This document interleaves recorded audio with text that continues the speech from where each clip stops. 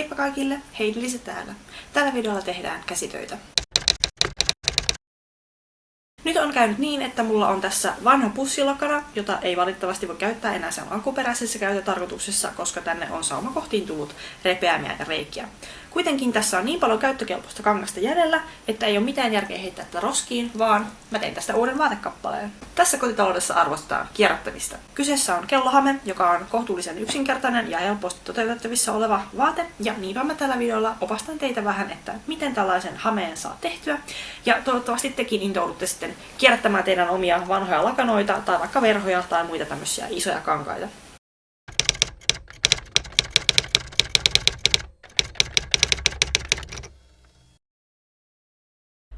Kellohameen tekemiseen tarvitaan ensinnäkin kangasta. Itse käytin tosiaan tällaista Finlaysonin vanhaa lakanaa, joka on 100% puuvillaa.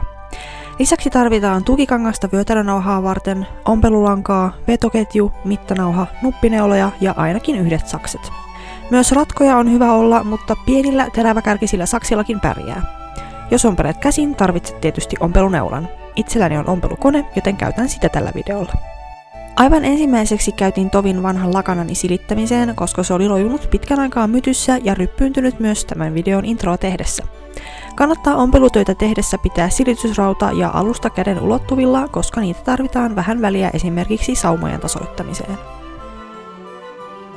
Sitten päästään piirtämään kaavoja ja leikkaamaan kankaita. Kaavathan voi tehdä erikseen kaavapaperille ja leikata kankaat niiden mukaan, mutta itse piirsin tällä kertaa suoraan kankaaseen. Kellohameen rakenne on hyvin yksinkertainen, eli kaksinkerroin taitelusta kankaasta leikataan puoliympyrä, jonka keskellä on vyötärön aukko. Leikkaamista varten tarvitaan 2 mittaa, vyötärön ympärys ja helman pituus sekä matematiikan tunnelta tuttu laskukaava, joka näkyy ruudulla. Käytin tässä ohjeena Lyyrän Ommel blogisivustolta löytyvää artikkelia, jonka linkki on alhaalla videon kuvauksessa. Siellä on myös selkeät kuvat kellohameen kaavoista, joten käykää sieltä vilkaisemassa, mikäli minun selostukseni jäi vielä epäselväksi. Huomioikaa muuten ohjeita googletellessanne sellainen asia, että englanniksi kellohametta kutsutaan useimmiten nimellä circle skirt eli ympyrähame.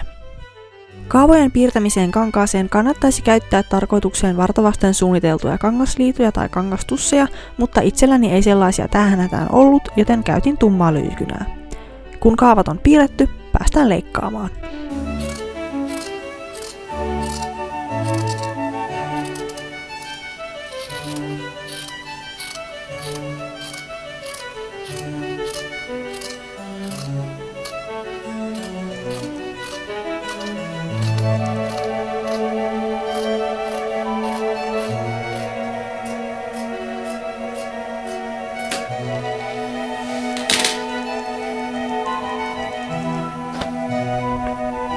Helman lisäksi kellohameeseen tarvitaan vyötärönauha, joka on vyötärön ympärysmitan pituinen suorakaistale.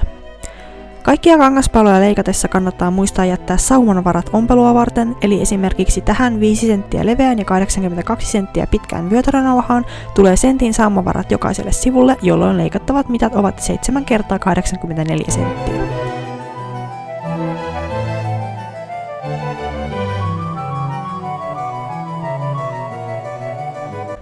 Lisäksi jokainen kunnon hamekansalainen tekee toki vaatettaan varten ainakin yhden taskun, koska hameet ja mekot ilman taskuja ovat todella epäkäytännöllisiä. Vaatesuunnittelijat pankaapa muistiin. Omaan hameeseeni tuli toiselle sivulle vetoketju, joten tilaa jäi vain yhdelle taskulle, mutta sekin on parempi kuin ei mitään.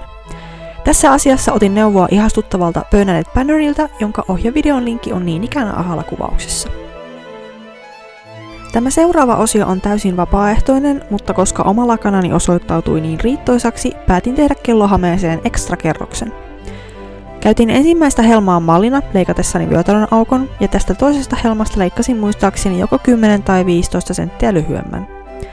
Tavanomaisesti kellohameeseenhan tulee vain 1 kerros, ja toisen kerroksen lisääminen tekee vaatteessa tietysti hieman painavamman ja lämpimämmän, mikä kannattaa ottaa huomioon omissa suunnitelmissa.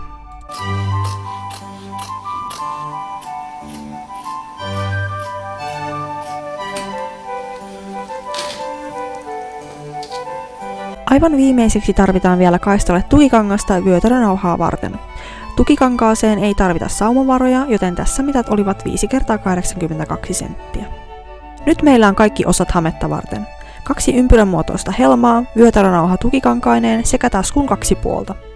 Nyt päästään vihdoin kokoamaan ja ompelemaan näitä palasia yhteen. Tässä kohtaa huomautan, että en seurannut mitään tiettyä ohjetta hameen kokoamisessa, vaan keksin tekojärjestyksen omasta päästäni. Tästä seurasi muutamia taka-askelia ja viivästyksiä, joten jos haluat saada nopeasti valmista tai olet epävarma omista ompelijan taidoistasi, suosittelen ohjeiden käyttämistä. Joka tapauksessa itse aloitin liittämällä yhteen hameen 2 helmaa vyötäröltä, ensin nuppineuloilla ja sitten ompelemalla suoralla tikillä noin sentin päähän kankaiden yläreunasta.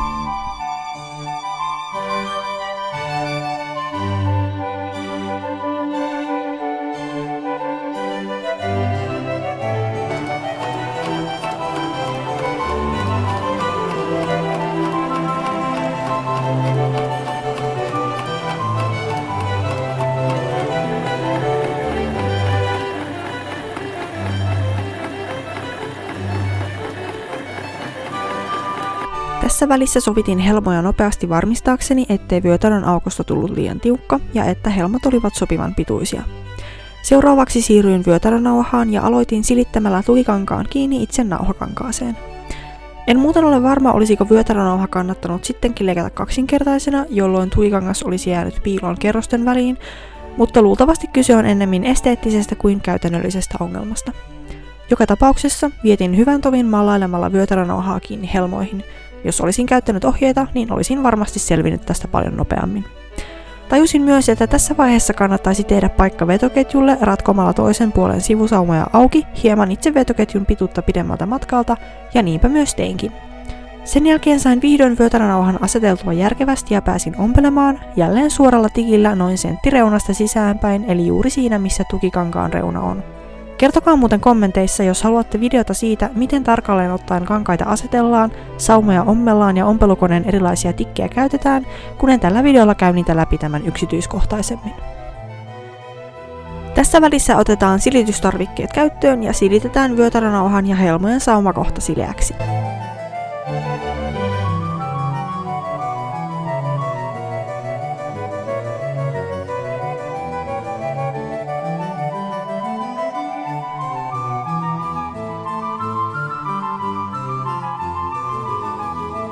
Seuraavaksi päästään kiinnittämään vetoketjua paikoilleen ja tässäkin meni taas tovi säätäessä. Päädyin pujottamaan vetoketjun 2 helmakerroksen väliin, kunhan olin ensin huolitellut kankaiden reunat zigzag-ompeleella. Viimeksi mainittu tapahtui kameran ollessa pois päältä, joten ompeluterminologiaa tuntemattomille ei varmaan sano mitään, mutta kuvitelkaa, että tein jotain tärkeää. Sitten kiinnitin vetoketjun paikalleen suoralla ompeleella.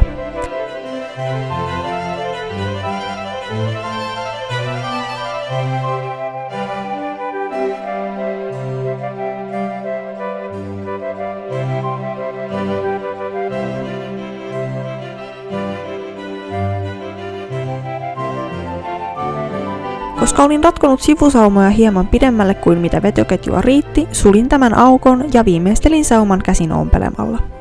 Koneella homma olisi käynyt turhan hankalaksi ja lopputulos olisi luultavasti näyttänyt kömpelöltä ja lisäksi oli välillä hauska päästä työskentelemään enemmän käsin. Tässä kohtaa näköjään silitin vyötärönauhan uudelleen.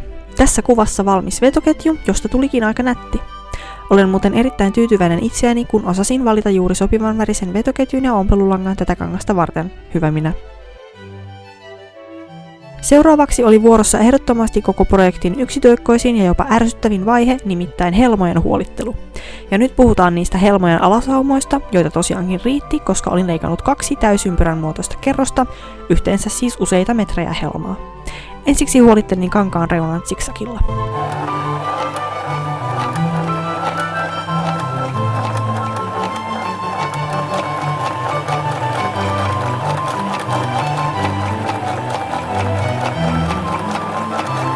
Sen jälkeen tein helmaan noin sentin mittaisen taitteen ja ompelin sen suoralla ompeleella. Yhteensä kiersin molemmat helmat siis 2 kertaan, missä kesti pieni ikuisuus. Samaan aikaan ompelukoneeni päätti ryhtyä kiukuttelemaan, joten jaloista aikeistani huolimatta en ehtinyt saada hametta valmiiksi 1 päivän aikana, vaan projekti venyi seuraavaan päivään. Aina silloin tällöin piti myös keskeyttää työ ja puolata lisää alalankaa, koska sitähän kului varsin runsaasti.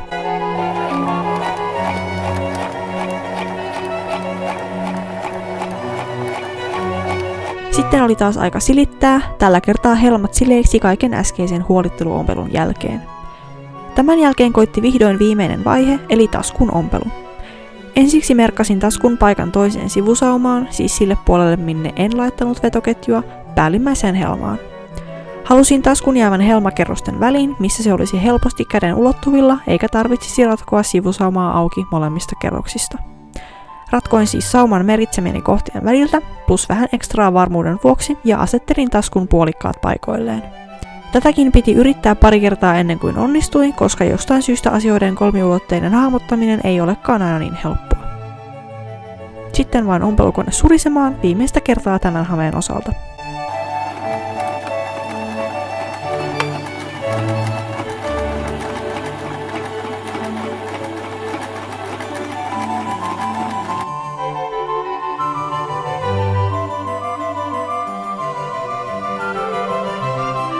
Lopuksi totta kai silitin valmiin taskun ja siinäpä meillä on valmis 2-kerroksinen kellohame. Valmis hame ulottuu minua eli 165 senttistä ihmistä hieman polvien alapuolelle ja vyötärö on kohtuullisen korkealla kuten halusinkin. Hame on vetoketjun ansiosta helppo pukea, se ei tunnu kovin painavalta päällä 2 helmasta huolimatta, siinä on tuiki tärkeä tasku toisella sivulla ja ennen kaikkea sillä voi tehdä näin. Tämänkertainen käsityövideo oli tässä. Kiitos paljon kun katsoit tänne asti ja käy toki vilkaisemassa muitakin tekemiäni ompelu- ja neulomisvideoita. Niille on oma soittolistansa, jonka linkki on ylhäällä videokortissa ja alhaalla kuvauksessa. Ja lopuksi, totta kai minulla oli pieni apulainen tätä videota kuvatessa. Tästä voi tehdä uuden vaatteen ja niin mä tänään teen. Kaapo, varo. Voi Kaapo, hei, mene. Hei, pois. Et jää siihen. Kaapo, voitko lopettaa?